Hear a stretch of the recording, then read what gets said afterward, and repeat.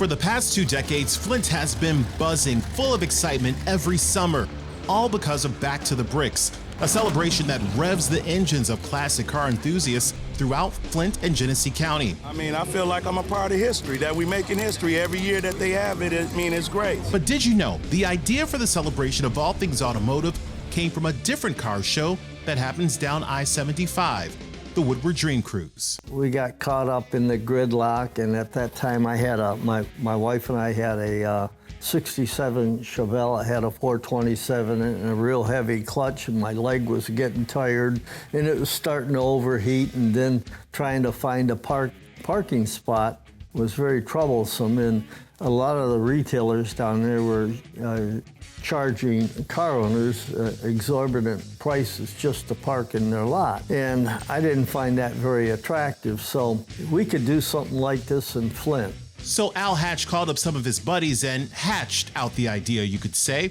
In 2004, the founding members put together their version of the car cruise, bringing vintage vehicles, classic cars, hot rods, and a lot of horsepower to the vehicle city. As you see, we put it on the same day as their show, just to show that we could do it. And you know, there was a lot of people wouldn't go to Detroit, so they come to Flint, and it was a lot cheaper, and it's also more like family friendly, maybe. You know, a lot of kids came down with their parents.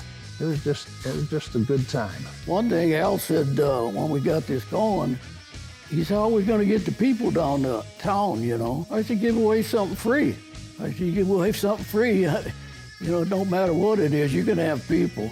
The group gave away free t-shirts, and much to their surprise, they passed out 500 of them. I was just proud of it because it came off so good, you know, and that we had done it. We didn't have a bunch of hotshots coming in and telling us what to do. It was just a bunch of gearheads, and we got together and did it. And we must have done something right because it's still going.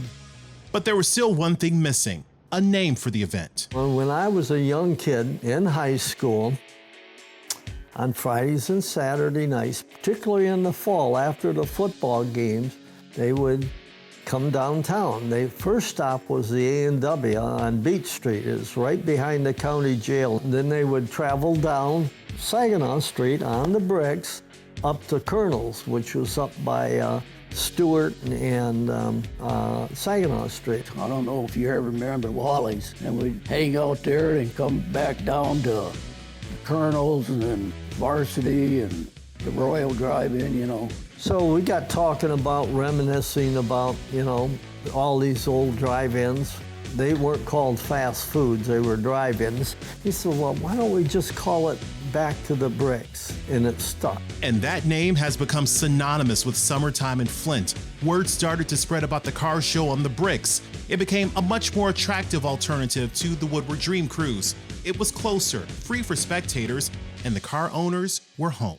Next year it went to a 2-day event, and you know, we had a kickoff party. It proved to be really beneficial. You know, I mean, downtown Flint was just full.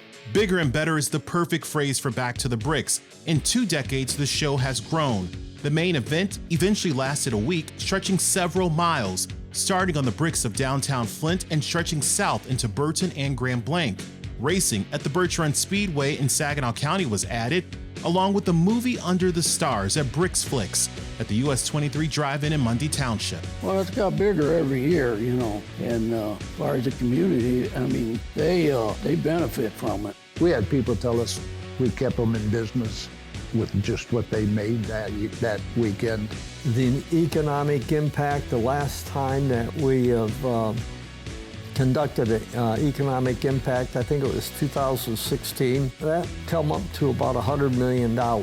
It's very significant funds. A lot of people are surprised by that. And the shows continue to grow. The week prior to main event, Back to the Bricks added tune-up parties, several small car shows in towns such as Davison, Flushing, Linden, and Fenton. Now in its 9th year, the group added the annual Chrome and Ice Show. It's a 3-day indoor event for those car lovers who want to shake those winter blues. Then in the spring, the organization hosts the Dust 'Em Off Car Show, now running 4 years strong. Most recently, 1,200 vehicle lovers got the chance to show off their rides just weeks away from summer. Then the group packs it up and takes the show on the road, literally. Every June for the past 14 years, Back to the Bricks hits the open road with the promo tour. The group travels across the state and some years, even the country, to get people fired up for the main event week in Flint. There's an awful lot of things that's happened over the years to change and or improve the show itself. And it's grown into one of the nation's largest car shows. The founders are proud of the work they have done and what Back to the Bricks has become. But with time, things change. The three have put the brakes on being so heavily involved, taking a little bit of time off to just cruise along and enjoy the show. But they are amazed at how an idea, just a little spark decades ago, has fueled an entire city for 20 years. To put on an event like Back to the Bricks, it takes a lot of work, and you cannot take your eye off of the ball. The one thing that was extremely important, and it's in our mission statement to this day, to create an automotive event that reflects on the automotive heritage of Flint and honor it. And that would be a family-oriented event that there's no charge for the people to come to. I look back, it's a legacy, not for Al Hatch, but for our whole team.